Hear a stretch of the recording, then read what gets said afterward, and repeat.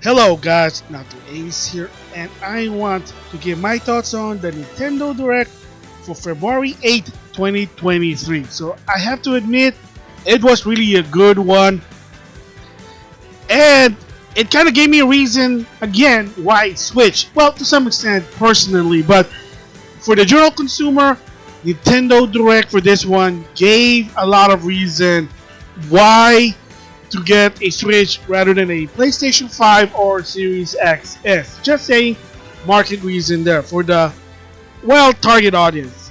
So anyway, just like before, I'm gonna give my thoughts on something that I am interested on the Nintendo Direct. And yes, there was some announcement in the Japanese, been announced in the West as well. Well, 2 out of the 4. There was one, a new sort of a remake of a classic Altair game from the PS2, from what I understand. So that one's gonna come out for the PS4, PS5, Switch, and Steam. Kind of makes sense. And then Square Enix actually have some sort of a visual novel horror story. I think it's called Parasite Story to some extent. I could be wrong. And that's gonna come out for the Switch and mobile. So no PS4 for that one. Kind of bum me out, but again, it is what it is there. And the other 2 are Japanese only. One of them is sort of familiar, Momotaro, whatever.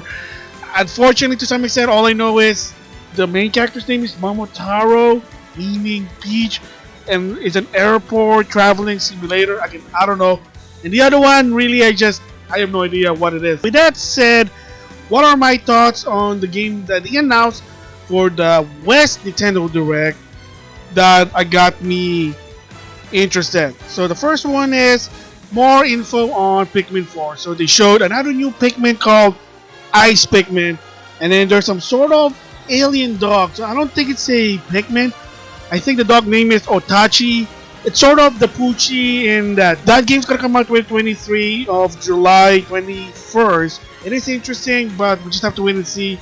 Not really a system seller, but there are people who like that game. And then more info on the Xenoblade Chronicles 3 Hero Expansion Pack.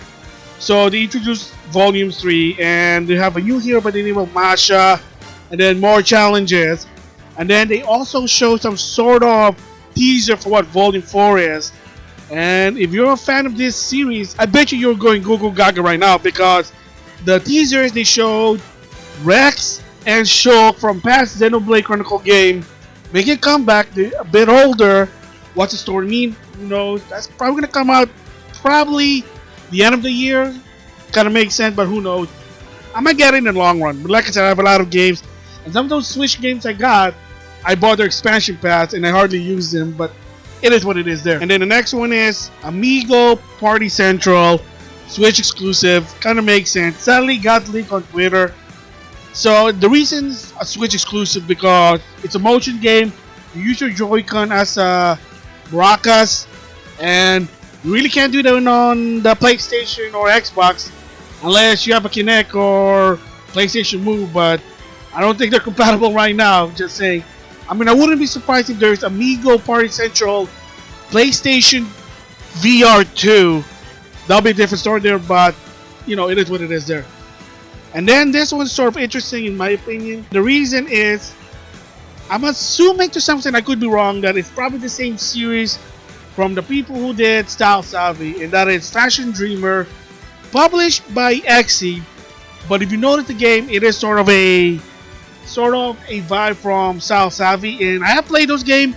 It is what it is. My guess probably is different publisher, or maybe they're the developer now, and Nintendo's publishing the game. Who knows? I mean, just guessing there. But interesting, a sort of a new Style Savvy game, Fashion Dreamer. And then the next one is more info and showcase on Dead Cell Castlevania DLC. Cool for what it is. Once again, think of it as Symphony of the Night Part 2. So it looks good. I saw what it looks like. In overall, this DLC, it looks interesting there. So another one, and I gotta give props to Spawnroid, because he kind of said that the trademark was revived, and that is Ghost Trick HD this summer. I'm gonna assume it's gonna be on the Switch. The only reason is this mostly requires touch controls, because I had played the DS version The story's good. The idea behind it is really good. It's mostly like a puzzle ghost type of game. Like you have a certain amount of time to figure out what to do, and trust me, it can get hard if you're under intense, but it is really fun. You say, well, why not on another console? Well, I don't think it's gonna be easy to use the control pad, but for the PlayStation, the touchpad, maybe, but I don't think that's gonna be fun. Just saying that. And then this one's, you gotta give props to Level 5. They're once again bringing their games in the West because there was a story in the past they were considered stopping it due to poor sale, but hey, why not? So first, this one is published by themselves, which is a surprise, and that is Deca-Police. It's sort of a Japanese RPG about police in a simulated VR world. I don't know what it is more, but police story, I guess. And the reason I say it's published by Level 5 because this game also is going to be on PlayStation 4, PlayStation 5, and Steam. Mostly Level 5 game to some extent because they don't publish their own game. Mostly it's on Nintendo. I mean, look at Professor Layton, and then look at Yokai Watch. I know Yokai Watch 4 was on the PS4, but that never came out of the West. I mean, the game was bad. Bayonetta Origin, they show more about the game. It's sort of a puzzle action because you don't fight as Bayonetta. You're Cereza before becoming Bayonetta, but you can't fight. And you have to rely on a companion called Chesser, which is a monster cat. So, sort of interesting. Is it worth $60? Well, I'll be telling a story about a controversy to some extent. I know it's a potato situation, but that'll be a different one. So, if you're a fan of Bayonetta, then definitely you should get this one. They finally revealed the expansion pass for Splatoon 3. So, there will be 2 waves. So, the first one is Deca-Police, basically the city from the first game. What does it mean? I don't know. It's kind of weird. Maybe there's more to it. They'll give more info about it. So, but again, there you go. If you're a Uber Splatoon fan, I've been playing the third game, but I hate to say it. It's the same as the second one with new weapon. But Wave 2 is a weird one, sort of interesting, called Side Order. And what it is once again, an Octolink standing in a snowy city. That's kind of weird, but that one's not going to come until like way later because Wave 1 is going to come out in spring of 2023. So, sort of interesting there. The next one, Illusion Island. It's a Switch exclusive game. It's a Disneyland game platform. Up to 4 player. You can team up, make the game easy. And it's what it is. Like some of this game, I would be nice to be on multi-platform, but a lot of time there is reason why X, Y, and Z, but it is what it is. I mean, do you think Kingdom Hearts 4 is going to be on the Switch? Do you think it'll be able to run on the Switch? And you say Cloud, yes, but nobody wants that. Whatever. After that is, they finally revealed more info on the expansion pass for Fire Emblem Engage. And believe it or not only I bought the game, I did decide to get the expansion pass. I had some certificates, so I was able to buy it for less. It's $30 at MSRP. Does it help you kind of like get an advantage of the game? To some extent, yes, because I've been using TT and the Three Houses student. It sort of kind of giving an advantage to some extent. So, they reveal more of the Emblem characters going to be in the game. Wave 4 actually is going to have a new story. And yeah, they're going to have a new character there. But what about the Emblem characters yet? So, they revealed the final 5 because if you really notice, there will only be 7 DLC characters, which is, how do you know? If you go to the Emblem room, then you notice there's 12 ring pedestal and then 7 bracelet pedestals. So you gotta see why. So in Wave 2, you have Hector from Biting Blade, Camilla from Fate, and then another one, Wave 3, it's sort of interesting. So you get a bracelet that has Crop and Robin. So it's one of those duo characters in the bracelet, kind of like the Three Houses one. But the 7th one, I'm surprised they did this, and they're acknowledging Fire Emblem Heroes, the mobile game. Chronicles, the 7th one, Emblem of Heroes. So that is interesting. So props to Nintendo for acknowledging that you have mobile games. So that's cool there. More info on Octopath Traveler 2. They have a demo for Steam, PlayStation, and Switch. And of course, for me, which demo did I try? Well, obviously it's going to be the PlayStation 5 because I played it oh my gosh, 4K, 60 frame, kind of smooth, beautiful. And then I tried the Switch version. I'm like, nope, no bueno, no bueno. Cannot do this. Sorry. Yes, I'm a graphic whore. What can you do? I mean, you can blame the PlayStation 5. I mean, I played the games. I'm like, wow, that's beautiful. And then when I switched to the Switch, I can only go to 1080p.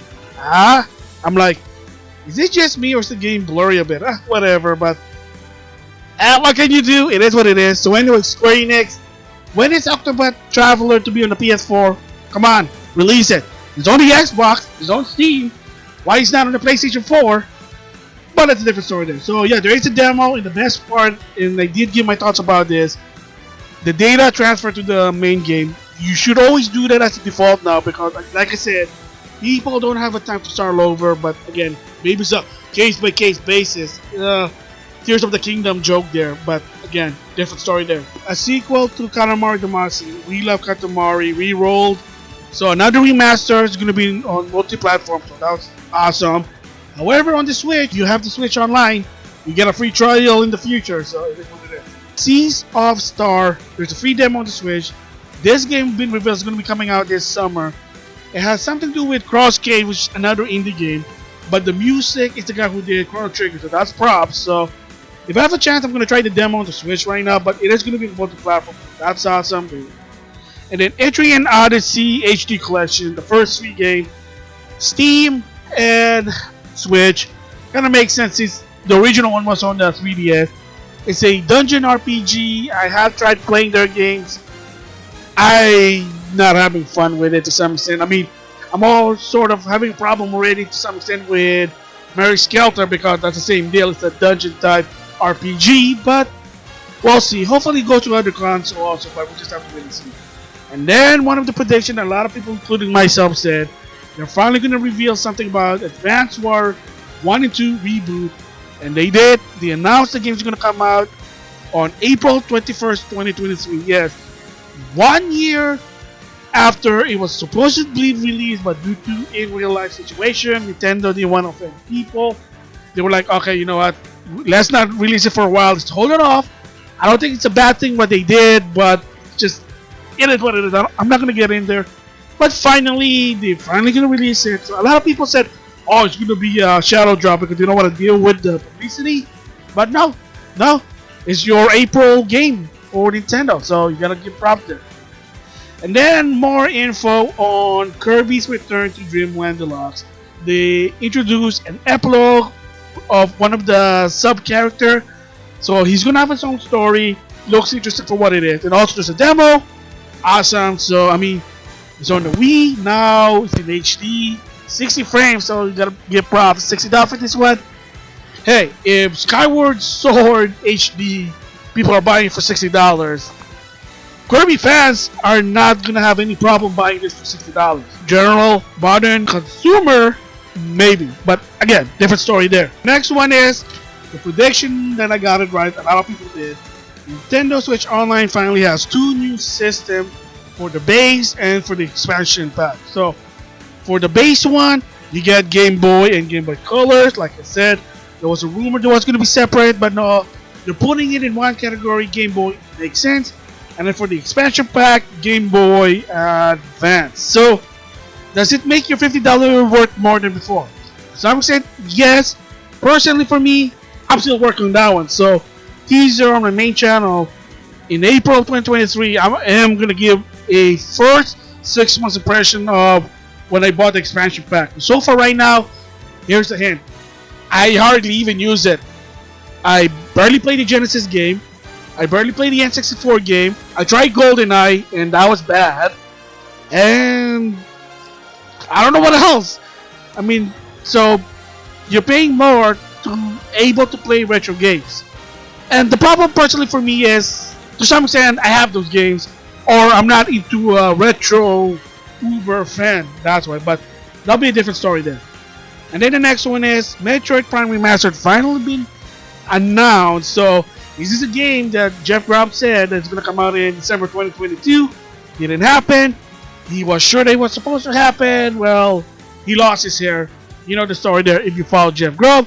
Anyway, it shadow dropped this game today digitally, and then there'll be a physical release in the end of the month. So that's awesome. And a lot of this DLC, like I said, like the Nintendo Switch Online, Game Boy, and Game Boy Advance, got shadow drop. Fire Emblem Engage Wave 2, shadow drop. And I think even Xenoblade Chronicles 3, Wave 3 is shadow drop. So there's a lot of shadow drop. Demos got shadow drop, so that's crazy. That's why I said in that video, a lot of shadow drop. So the next one is something that, if you're a fan of Danganronpa, then you're probably gonna get interested with this one. Master Detective, Switch exclusive, coming out this summer, June 30th. And someone who worked for the game said the reason they believe that it was the right call to make it a Switch exclusive is it's gonna sell better, because if you put it on the PlayStation 4, it might get burned from other games. Is it true? To some extent, yeah, sort of, but options are good, and you're not giving people options. You're forcing people, if you want to play this game, go get a Switch. What if someone only has a PS4 or PS5 and they don't like a Switch? Oh, sorry, gotta get it on the Switch. And I know I'm sort of a bit biased because I prefer PlayStation over Switch. Hey, it is what it is, but it's their decision. We'll just have to wait and see. So if the sales are lacking because people say, well, I'd rather play this on the PS4, then there's your answer, but we'll just have to wait and see then. Another one that's going to be a Switch exclusive kind of makes sense because it was a GameCube. Baten Kaitos 1 and 2 HD Remastered. So now with quality of life, I heard about this game, don't care. More games from Level 5, and this one, I'm going to guess it's going to be published by Nintendo, maybe not, who knows. First, a new life.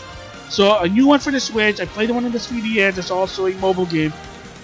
I like the concept, but I couldn't really get into it because the whole point of the game is you have a different role, then just a bit of different story. But the idea is that you learn those roles so you can like inherit it and keep it. And it's kind of weird, but the game itself is not bad for what they do, but it's a lot of like management to some extent. So it is what it is there. But then of course they did a teaser, Professor Layton and the New World of Steam.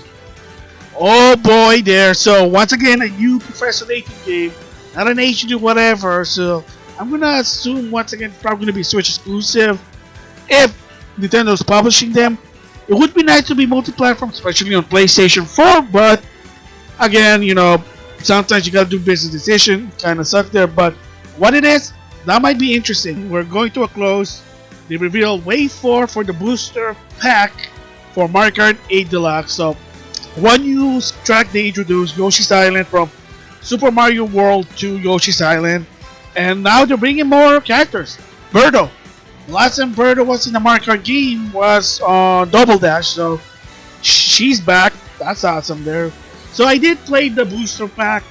Is it worth $24? Oh, definitely. But again, the key there is commitment, but there'll be a different story there.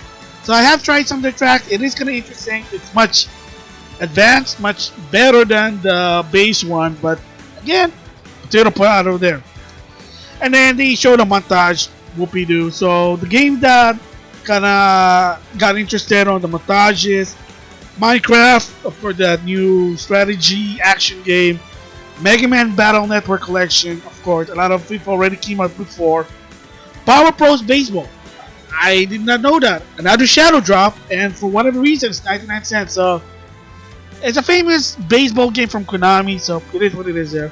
And then Tales of Symphonia 30 frames per second remastered is based on the PS3 version. For whatever reason, they said they could not get or have the rights for this GameCube version. That's weird, but I don't know, man. That's weird, but there you go. So, of course, coming to a close. It's awesome what they showed, even if it's a short trailer, but there's also controversy. There'll be a different story there you saw on one of my shorts. And that is more info on The Legend of Zelda Tears of the Kingdom. So the trailer showed somehow Link's right arm now some sort of curse or whatever. It has magical power, it has a gauntlet, and I'm gonna guess it's the same ability as the Sheikah Slate in Breath of the Wild. And another thing is there's new enemies and then voice acting. So apparently Ganon's gonna be back now. So Ganondorf, not Calamity Ganon. And there are even some parts that you're doing some building like Banjo-Kazooie nuts and bolts that a lot of people say, so I have to agree. So weird, but sure, why not? I mean, hey, if Link can have a bike, why not? I mean, it'll probably be a different story about like how fantasy The Legend of Zelda is. Is it supposed to be medieval or is it's just way too fantasy? But that's beside the point. So a lot of people anticipate this game no matter what. Everybody's going Google Gaga. For me personally, yeah, I know how good it is. I did play Breath of the Wild, but I'm not that uber into it. I'd rather play Skyward Sword HD or Twilight Princess HD. I enjoy more that one because of the open world. This was more of it's open world, but it's Skyrim. That's like a lot of people said. But we'll have to wait and see. It's not going to come out, of course, May 12th. He also showed one new amiibo with Link with his magical hand, so that's awesome. Pre-ordered it, the amiibo, you know me, I'm sick in the head. And then the controversy hits. The game is going to be $70. So what am I showing? I gave a bit of an opinion. It sounds so aggressive and brash, yes. But I'm going to explain why later on in a different video why I have that opinion. But let's just say, you know, there's no denying it. People will buy this. The super fans will buy it. Heck, I saw someone on YouTube that I follow even said, oh, I'll pay this game if it's $150. Again, it's basically your opinion, or a lot of people say it's on the eye of the beholder. It's your opinion of the value of that game. That'll be a different story there, but I see some people said, cool, I have no problem with it because back in my days, I pay $80-$90 for a Super Nintendo game. Okay, Grandpa. Sure thing, Grandpa. Tell me more story about that, Grandpa. And there are some said, oh, Nintendo's being greedy, thinking that their games are better than any PlayStation 5 or Series XS. That'll be a different story there, but it is an interesting story, nothing the less. With that said, this is one of their best Nintendo Direct in my opinion. They showed everything. They have games for everyone. The one in September, a little bit of a problem because it's mostly Japanese RPGs. I don't have a problem. Farming, to some extent, I don't have a problem, but that was it. This one has more variety. Again, for the nostalgic, the JRPG, the Splatoon, the Level 5, Monolith Studio, and of course, Tears of the Kingdom. Enough said there. So, yeah, so if this one I'm going to have to give an 8 out of 10 because even so it's good, there are some games that people were hearing and it's not there. Was the new Mario game that was rumored? Donkey Kong, F-Zero. Why is it the same games again and again that's already been out before? And some of the trailers are like, oh, just more info. But it is what it is then. So those are my thoughts of the Nintendo Direct of February 8, 2022. So with that, I'll see you guys later.